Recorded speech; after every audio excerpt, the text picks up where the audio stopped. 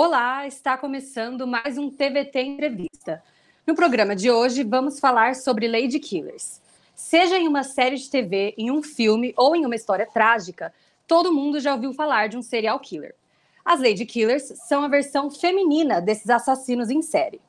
No programa de hoje, vamos falar sobre mulheres que em algum momento da vida se tornaram assassinas brutais. Para esclarecer sobre o assunto, convidamos Matheus Oliveira. Matheus é psicólogo clínico forense, formado em psicologia com especializações jurídica e investigativa. Ele também é palestrante e professor. Seja bem-vindo, Matheus. Agradecemos a sua presença. Muito obrigado.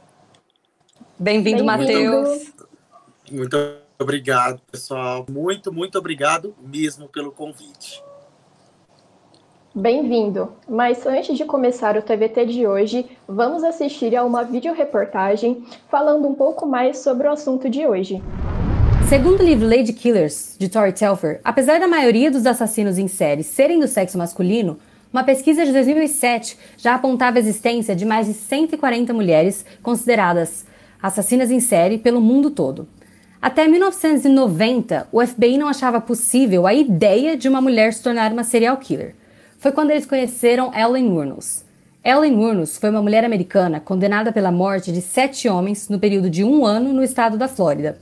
Ela foi a razão pela criação do termo Lady Killers, um feminino para o conhecido serial killers. Do meu lado é uma imagem de Maria Nazaré Félix de Lima, mais conhecida como Viúva Negra do Sertão. A Viúva Negra do Sertão é considerada uma Lady Killer brasileira e foi acusada pela morte de 6 de seus maridos. Essa imagem é de uma entrevista com ela diretamente da cadeia, que você pode assistir na internet a qualquer momento. Mas antes, vamos conversar sobre o que as pessoas pensam quando escutam o termo Lady Killer. E as pessoas sempre se perguntam por que elas matam. As pessoas se perguntam, são psicopatas? São sociopatas? São loucas? Cruéis? Vamos entender um pouco mais sobre esses termos e sobre as Lady Killers? Matheus, no final do vídeo eu usei os termos psicopata e sociopata. Você pode explicar pra gente o que eles significam? Claro, que orgulho da minha aluna, gente. Olha só, adorei o vídeo. Parabéns, Liz. Obrigada. Aprendeu direitinho. Direitinho no curso. Vamos lá, né? Interessante essa primeira pergunta, né? É realmente algo aí que causa muita confusão, muita má compreensão em relação a esses termos, né? Começando aí explicando o que é a psicopatia. A psicopatia é um transtorno de personalidade que é diagnosticada pela escala Hare. Dentre os critérios, né, desse transtorno aí, eu não gosto de resumir e reduzir o transtorno a esses critérios. Mas quando se fala em psicopatia, os 2 critérios aí que mais aparecem como forma ali para resumir é a famosa falta de empatia e ausência de remorso ou culpa, né? As pessoas adoram resumir o porque psicopata não sente empatia, psicopata não sente remorso. Eu gosto muito de desconstruir essa ideia falando que quem dera somente os psicopatas não sentissem remorso. Quem dera somente os psicopatas não sentissem empatia. O mundo estaria feito, porque a porcentagem de psicopatas na população mundial é minúscula. Então, imagina, apenas uma minúscula parte das pessoas não sentirem empatia e remorso. Mas, infelizmente, o problema está nos não psicopatas, que também não sentem empatia e remorso. Porém, né, as 2 características que mais chamam a atenção nesse transtorno são essas 2. A sociopatia, ela é um termo que caiu em desuso. É um termo aí ultrapassado que os pesquisadores mais recentes do assunto não utilizam mais. O termo sociopatia ele foi criado para diferenciar o psicopata que comete crime daquele que não comete crime. Porém, o cometimento de crime ele não está ligado ao transtorno. Até porque temos muitos psicopatas convivendo entre a gente que nunca mataram uma mosca, nunca roubaram uma bala. Então, para diferenciar aquele psicopata que vem a cometer crime daquele que não comete crime, eles criaram aí o termo sociopatia. Mas sequer é um diagnóstico. né? Não existe um diagnóstico de sociopatia, existe o diagnóstico de psicopatia. Então, hoje em dia, a gente não diferencia mais um psicopata de um sociopata. Hoje a gente já entende a psicopatia como um espectro. Ou seja, a psicopatia é um transtorno que ela se dá em diferentes graus. Existem graus de psicopatia, existem graus e níveis de manifestação do transtorno. Então, antigamente é como, por exemplo, para uma pessoa ser diagnosticada com psicopatia, ela tem que pontuar 30 na escala Hare. Um sociopata seria aquele que pontuou 20, 18, 15, né, a grosso modo. Hoje em dia a gente já não entende mais assim. Ou seja, existe um espectro onde dentro desse espectro existem vários graus de psicopatia. Até porque é normal termos traços. É normal apresentarmos aqui um ou outro traço do transtorno. O problema é quando esse traço se manifesta de forma patológica, a ponto de causar sofrimento ao sujeito ou ao convívio social do mesmo. Qual a relação desses transtornos com as lady killers? Interessante. Também outro mito aí, né? Dizer que todo serial killer, por exemplo, é psicopata. Ou que todo psicopata é um serial killer. E não é. O mesmo se dá às lady killers. Talvez se a gente fizer um levantamento, a gente constate aí que 90% das lady killers apresentam psicopatia. Possível e provável. Porém, se 10% não apresentam, já foge a regra de falar que todas são. Então, provavelmente sim, se a gente pegar aí, né, um levantamento das lady killers, a gente vai ver sim que a psicopatia talvez predomine. Mas uma das lady killers mais famosas, que inclusive até uma das minhas favoritas aí que eu gosto de estudar, a Elizabeth Bathory, né, a Condessa Sangrenta, acredita-se que ela era esquizofrênica. Por isso que ela matava e se banhava com o sangue de jovens, achando que isso traria rejuvenescimento. Ou seja, um psicopata dificilmente teria essa fantasia, né? Vou matar e me banhar de sangue porque isso vai me rejuvenescer. Tá? Um psicopata ele não tende a ter aí um delírio fantasioso, né? Uma fantasia nesse nível. Então, muitos acreditam que ela era esquizofrênica, ou seja, já não entra na psicopatia. Matheus, qual a diferença mais pontual entre a serial killer e as lady killers? Olha, talvez numa questão psicológica não haja tanta diferença assim entre eles. A tipologia para serial killers homens vale para as mulheres. Porém, as mulheres acabaram tendo uma tipologia exclusiva delas, que aí a gente já não... Mas eu acho que talvez o que a gente consegue ver entre os serial killers, né, seja o modus operandi. Né, a gente consegue ver aí bem mais brutalidade e agressividade, né, nos serial killers do que nas lady killers. Então, talvez a única coisa que diferenciariam eles seria o modus operandi. Porque em questões psicológicas, de funcionamento psicológico, seria a mesma coisa. Matheus, e qual seria essa diferença no modus operandi? Qual é o modus operandi de um serial killer e qual é o modus operandi de uma lady killer? Não de todos, eu sei que não dá para falar de um jeito genérico assim, mas no mais conhecido, que você pontuaria? Legal, boa pergunta. Olha, eu não conheço nenhum caso de lady killer que atuava, né, de forma sexual sozinha.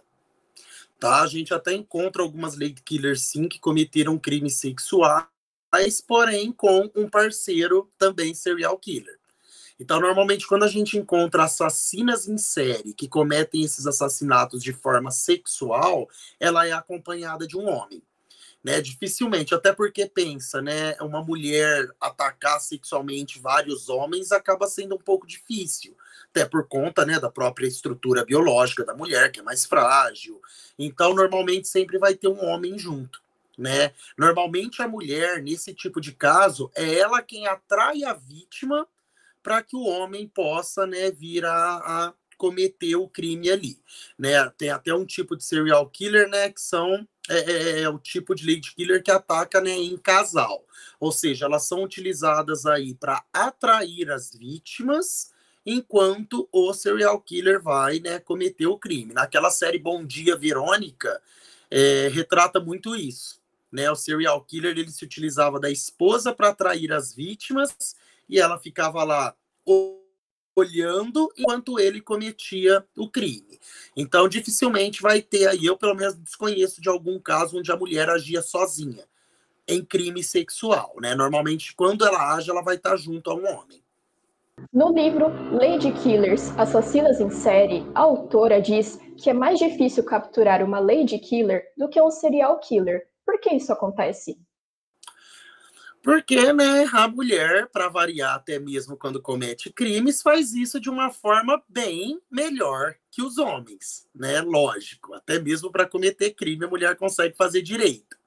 Por quê? Porque muitas vezes, na maioria das vezes, os métodos que as mulheres usam, o modus operandi das mulheres, acabam sendo formas ali, né, não brutais, não violentas, porém tão letais quanto. Enquanto alguns serial killers vão, por exemplo, estuprar, torturar, muitas vezes esquartejar um corpo, ferir um corpo, as mulheres elas vão agir, né, de modo mais sucinto. Por exemplo, as Anjos da Morte, né? É uma classificação aí das Lady Killers. Elas tendem a utilizar envenenamento, elas tendem a utilizar asfixia como forma ali, né, de matar. Ou seja, nem todo mundo que morre por envenenamento é descoberto que a pessoa morreu por envenenamento.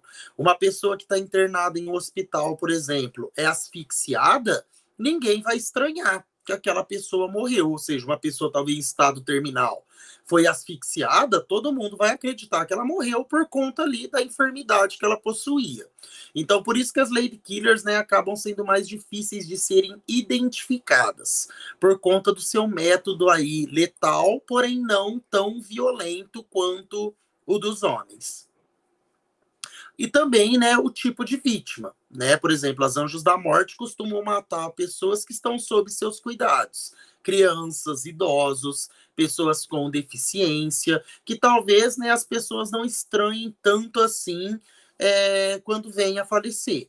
Porém, né, quando começa a aparecer um número, né, significante de mortes, de pessoas que estavam sob o cuidado daquela pessoa específica, aí começa-se a desconfiar. Né? Aí começa-se a pensar, poxa, mas toda criança que aquela mulher cuida morre, todo idoso que aquela mulher cuida morre, todo paciente que aquela enfermeira tem vem a falecer, né? É aí que se começa a desconfiar. Matheus, eu já posso ter conhecido uma Lady Killer e nunca ter descoberto? Nossa, que pergunta! Você sabe que eu já me fiz muito essa pergunta. Acredite, sim. Eu acredito que é possível. Eu acho que é mais provável você ter conhecido uma Lady Killer do que você ter conhecido um serial killer. Agora vamos assistir mais uma vídeo-reportagem. No estudo Psicopatia em Homens e Mulheres, de Rosa Gomes e César Maria de Almeida, eles dizem que mulheres psicopatas geralmente gostam de assumir papéis na área da saúde das pessoas, que elas gostam de controlar as pessoas. Isso explicaria porque diversas Lady Killers eram médicas e enfermeiras. Uma enfermeira Lady Killer foi Daniele Pogliatti, uma italiana que ficou conhecida como Anjo da Morte. Ela era enfermeira e matou cerca de 98 pacientes. Quando confessou, ela disse que matava quem a irritava e ainda tirava selfie com os corpos sem vida. Outra enfermeira, Lady Killer conhecida, foi Janine Jones. Janine Jones foi uma americana enfermeira pediátrica que matou cerca de 48 crianças. Ela envenenava as crianças com bastante droga para que elas não pudessem ser ressuscitadas ou tratadas.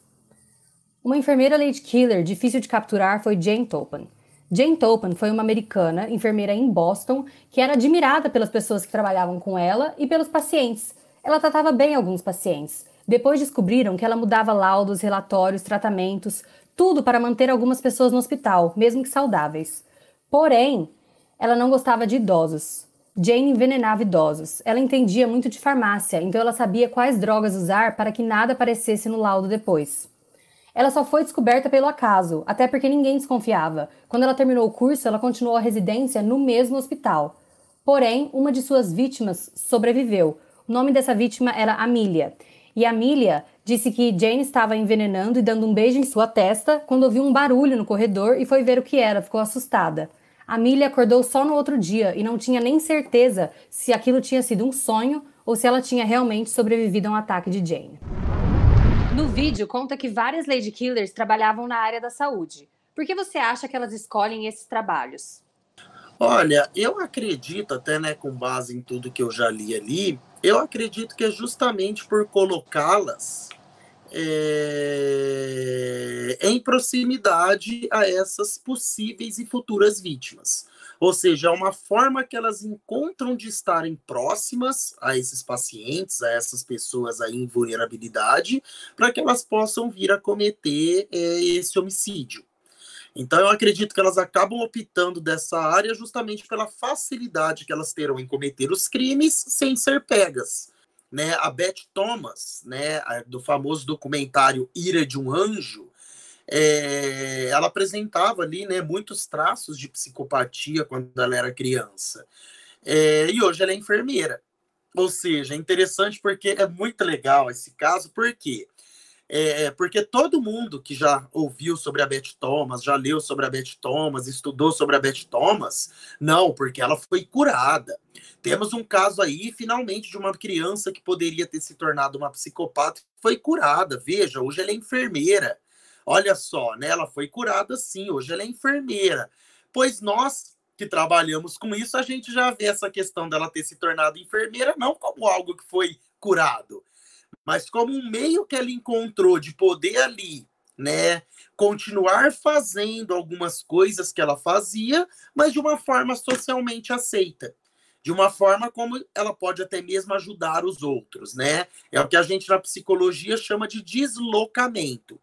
Ou seja, então não é que ela foi curada, ela foi tratada, isso todo psicopata pode ser tratado, mas ela deslocou, né, aquela pulsão dela, né, em algo ali socialmente aceito. Então, eu acho muito legal, muito engraçado quando eu vejo as pessoas falarem, não, porque ela se tornou enfermeira, ela foi curada, né?